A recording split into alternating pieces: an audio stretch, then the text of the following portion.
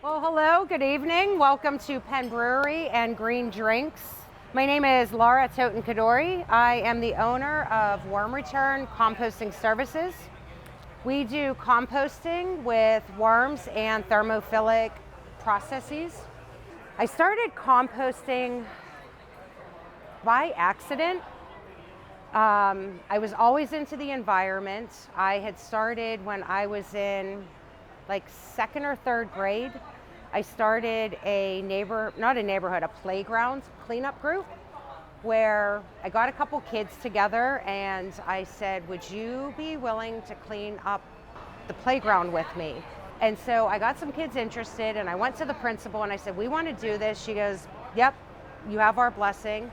And I started the Trash Busters because I grew up in the 80s and the Ghostbusters were a thing.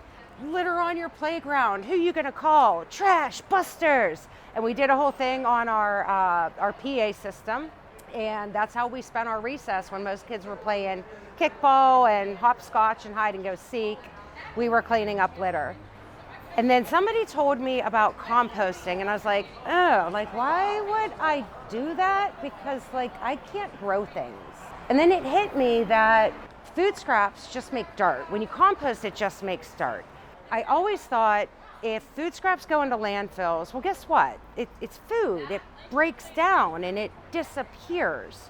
Well, that whole conservation of energy, that's when it hit me. Oh my gosh. Yes, things in landfills disappear. They disappear into poisonous methane gas. And everybody talks about the carbon footprint. Carbon dioxide is a problem. That's not a secret. The bigger problem, though, is methane. So when I realized that methane is a bigger problem than carbon dioxide, I basically said, okay, I'm just going to make compost piles. And I had compost piles in my backyard, and I had this whole 3-bin system going on with all wire mesh. Colin and I were just talking about our cats, and I used to have this cat that was the sweetest, most gentle animal you would ever meet. And he would come and sit at my compost bins with me. And he had a thing where he used to his paw would always just go over wherever he was sitting. And he would come up to my piles with me, the big bins I had, chicken wire and stuff. You know, what we call in the worm industry a continuous flow through system, because things just continuously flow. And so he would come and sit on this fallen tree with me with his paw hanging over the edge. And the neighbors up the street were trying to sell the house, and my roommate is like, you've got to stop this science operation. They aren't going to be able to sell their house. And I was like, no, I'm going to keep doing this. And wouldn't you know, the person who wound up buying the house, about 2 weeks later, they had cut their lawn, and I see them dumping their grass clippings into my yard. And I was like, gifts from above. Did they dump the grass with your permission or without? Without. I was standing there and watching it, and I'm just like, well, obviously he's not opposed to what I'm doing.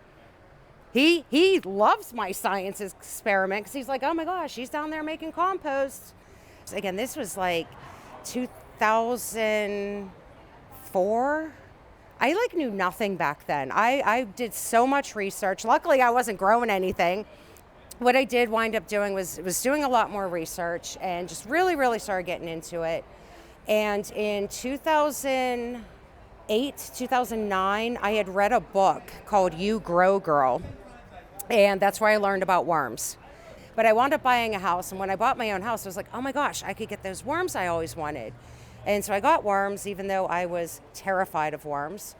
And I would wear gloves when I first started working with them. And I would talk to people about my worms. They're like, well, why do you have worms if you're afraid of them?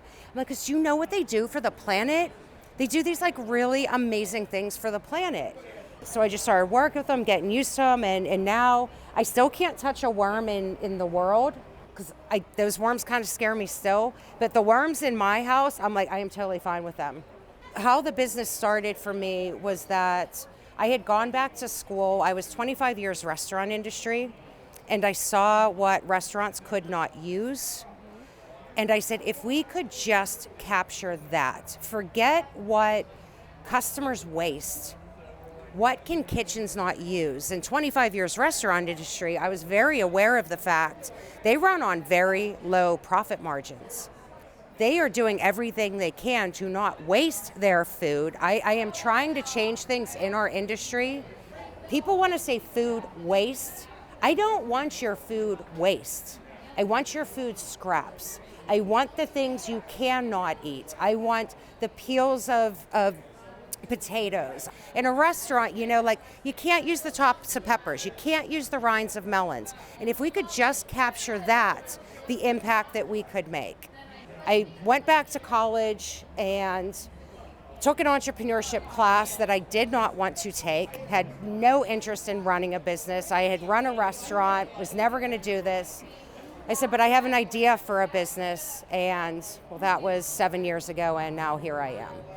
Most of the work that we do is with community gardens. In the past, we have taken sites that are deemed unsafe for children to play due to lead contamination, and through the application of compost and some other little scientific things, we are now having thriving community gardens. We have done this in my neighborhood. If anybody knows about Pittsburgh, we are all about our neighborhoods. I live in Allentown. The first place we ever worked was on Beltshoover Avenue, 600 Beltshoover Avenue, and it is now a thriving community garden, growing peppers and other plants.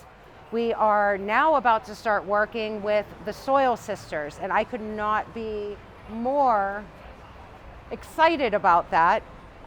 Everything's kind of coming full circle. I started in my neighborhood, and we're all working together now to keep me in my neighborhood and do some really great things up in the hilltop. Yeah, thank you, everybody. Wait.